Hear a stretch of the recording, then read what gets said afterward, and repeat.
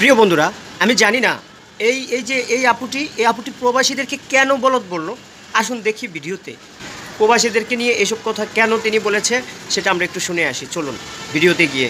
আশা করি সবাই ভিডিওটি শেয়ার করে দেবেন। বিদেশে থাকে, মানে বিদেশে গেছে তারা, বিদেশে যে বিদেশ থেকে যখন আসে তখন নাকি তাদের চারানা পয়সাও থাকে না। তো যারা আবার তারা আবার ভিডিও দেয় ভাই 10 বছর বিদেশ থাকছি, মা খাইছে, বোন খাইছে, এখন আমার কিছুই নাই বিদেশ। এই বলদগুলা তোর কাছে কি ওই চাকু ছুরি ধরে টাকা নিছে? তোর টাকা, হ্যাঁ? তুই থাকিস হচ্ছে বিদেশ, বস্তা ভরে দিছিস কে পরিবারকে? বলদগুলা, হ্যাঁ, এগুলো ভুক্তভোগী হয় বউগুলা। পরবর্তীতে বউগুলা আসে, তারপরে যখন খরচ বেড়ে যায়, পরিবারকে দিতে পারে না, তখন হচ্ছে ফকির হয়ে যায়। হ্যাঁ, ফালতুগুলা। তো তাহলে তোদের মা বাপ ভাই বোন এত মেধা যে তোকে ভাঙ্গায় টাকা খায়, তো এত মেধালা মানুষের পেট থেকে তোর মতো বলদ কোথা থেকে পয়দা হয়েছে রে? হ্যাঁ, আরে মেজাজ খারাপ টাকা তোর, তুই মাসে মাসে দিছিস কে? লাখ লাখ টাকা, কোটি কোটি টাকা তোর দিতে বলছে কে?